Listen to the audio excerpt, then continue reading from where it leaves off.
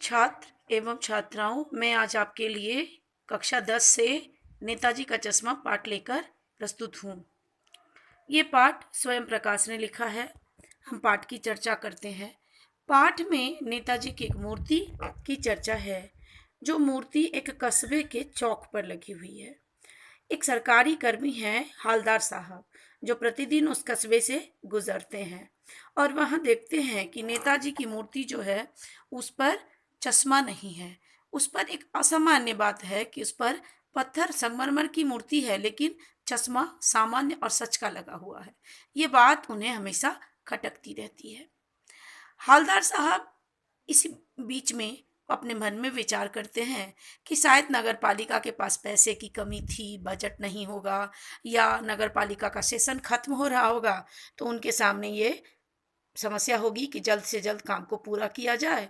और इस फेर में उन्होंने किसी स्थानीय साधारण मूर्तिकार को ही काम दे दिया, जिसे या तो चश्मा बनाने नहीं आता था, या पत्थर कम पड़ गया, या फिर कोई वजह रही होगी कि वो चश्मे मूर्ति में चश्मा नहीं बना पाया।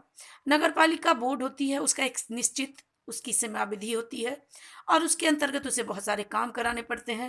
और यहाँ लेखक ने भ्रष्टाचार की भी चर्चा की है कि ऐसी नगर पालिकाएं जो हैं, जिनके ऊपर बहुत सारा काम करने का होता है, वो वहाँ उस कस्बे में नगर पालिका तो थी, लेकिन वो सारे काम समय से करती नहीं थी।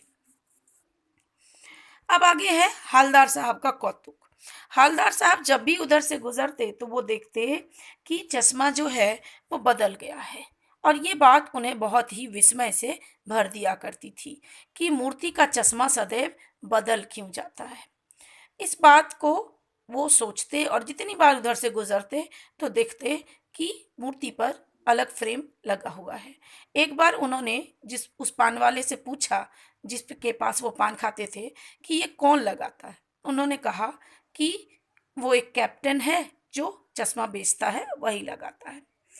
चूंकि हवलदार साहब ने कैप्टन को देखा नहीं था, इसलिए उन्हें लगता है कि कैप्टन कोई रौबदार व्यक्तित्व वाला रिटायर्ड फौजी वगैरह होगा, जो बहुत ही अच्छे से, जिसके मन में देशभक्ति का भाव होगा, जिसे ये बात खटकती होगी कि नेताजी की मूर्ति पर चश्मा क्यों नहीं है। लेकिन जब उन्होंने कैप्टन को देखा तो घुटने तक की मैली टोपी, मैली धोती, सिर पर एक गांधी टोपी पहने हुए कैप्टन एक बूढ़ा मड़ियल लंगड़ा फेरी लगाकर चश्मे बेचने वाला व्यक्ति था, जो अपने देशभक्ति भाव के कारण, उसके अंदर देशभक्ति भाव अभी शेष थी।